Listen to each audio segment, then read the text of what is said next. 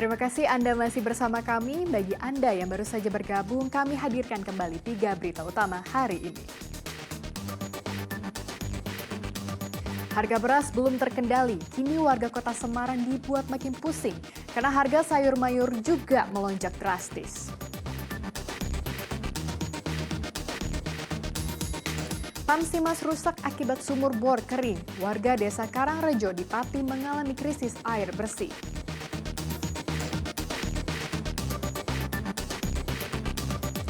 Kapal pencari ikan terombang-ambing di perairan Nusa Kambangan, Cilacap selama 3 hari.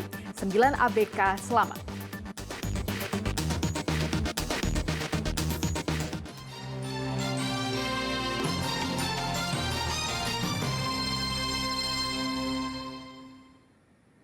Edarkan ganja kering dan tembakau sintetis atau gorila, 3 pemuda di Kabupaten Tegal ditangkap polisi. Selain menangkap pelaku, polisi juga menyita barang bukti 20 paket ganja dan 17 gram tembakau gorila.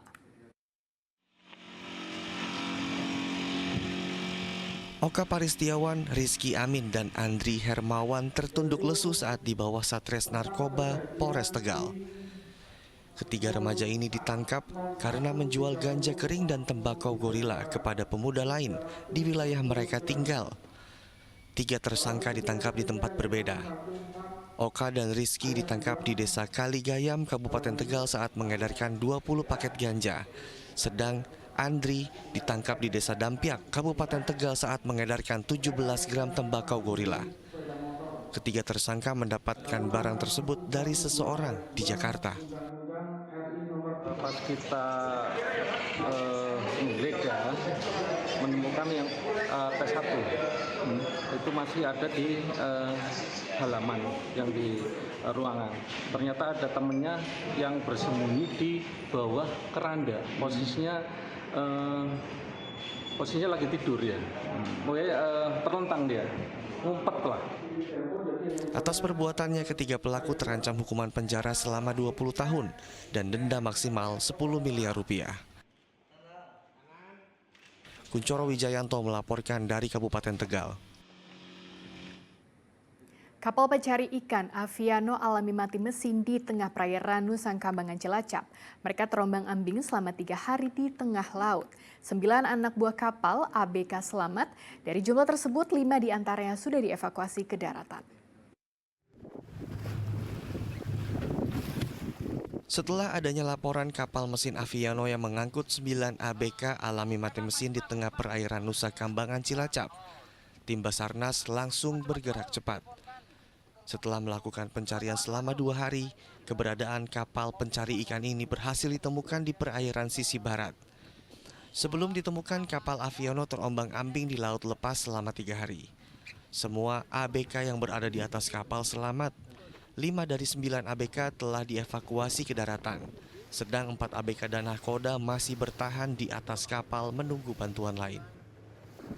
9 dari ABK sudah semuanya. Kapten menyuruh untuk 5 orang dievakuasi, sementara 4 orang masih singgah di sana atas permintaan dari kapten. Nah, kapten sambil menunggu bantuan dari pihak pemilik kapal. Sementara kami orang 5 untuk dievakuasi, sudah ada keputusan dari kapten atas tanggung jawaban atau di lokasi segala risiko bersama kapten. Kapal nelayan Aviano berangkat melaut dari Pelabuhan Perikanan Samodra Cilacap pada hari Minggu kemarin.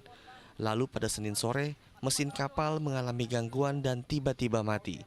Tak hanya mesin kapal yang mati, alat komunikasi di kapal juga tidak bisa dipergunakan untuk panggilan pertolongan. Mardianto melaporkan dari Cilacap. Balap sepeda yang dipadu dengan promosi wisata digelar di Surakarta. Rute yang menantang menjadi uji daya tahan bagi pembalap gabungan profesional dan penggila sepeda balap. Kejuaraan balap sepeda Jelajah Cycling Series 2023 diramaikan 290 pembalap. Mereka adalah pembalap profesional dan penggila balap sepeda. Kejuaraan menempuh rute sepanjang 123,5 km dari wilayah Colomadu dan berakhir di Cemoro Kandang, Tawangmangu, Karanganyar. Rute melintasi kota Solo, Sukoharjo, dan Wonogiri. Rute Tawangmangu menjadi tantangan terberat bagi para pembalap. Bahkan sebagian pembalap harus mendapat perawatan medis karena kelelahan. Dari segi rute sangat keren sekali.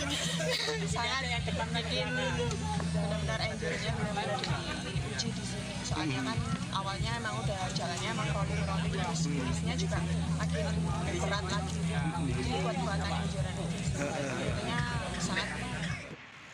Kejuaraan memadukan olahraga dan wisata, sehingga ajang ini sekaligus untuk mempromosikan potensi wisata. 290 peserta, 10 kategori dan dengan hadiah total hadiah itu 616 juta.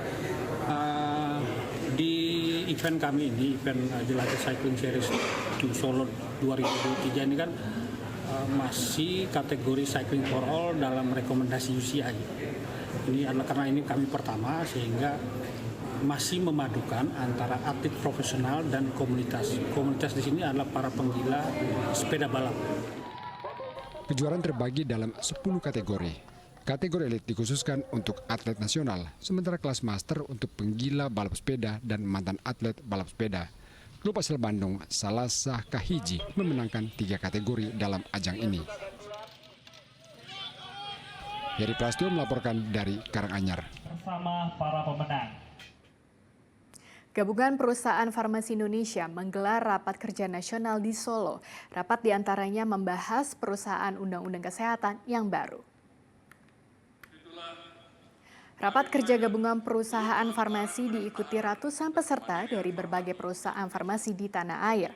Ikut hadir Wakil Wali Kota Solo, Teguh Prakoso, dan perwakilan Badan Pengawas Obat dan Makanan. Rapat membahas berbagai hal strategis, diantaranya membahas perubahan Undang-Undang Kesehatan yang baru saja disahkan pada 11 Juli lalu. Para pelaku farmasi diharapkan bisa mewujudkan perubahan sekaligus memberikan kontribusi bagi dunia kesehatan dan farmasi tanah air. Wali Kota Solo menyambut baik Rakernas ini, apalagi Solo dipilih sebagai tempat penyelenggaraan. Ini kita juga harus bicarakan ayat-ayat mana di dalam undang-undang itu yang relevan, juga perlu kita pelajari dan kita sikapi. Maka ini juga memberikan masukan kepada pemerintah mengenai pandangan-pandangan dari pihak farmasi. Itu salah satu tujuan kenapa diadakan. Informasi tadi mengakhiri jumpa kita hari ini. Atas nama rekan yang bertugas, saya Cira Caniago mengucapkan terima kasih atas kebersamaan Anda. Selamat beraktivitas dan sampai jumpa.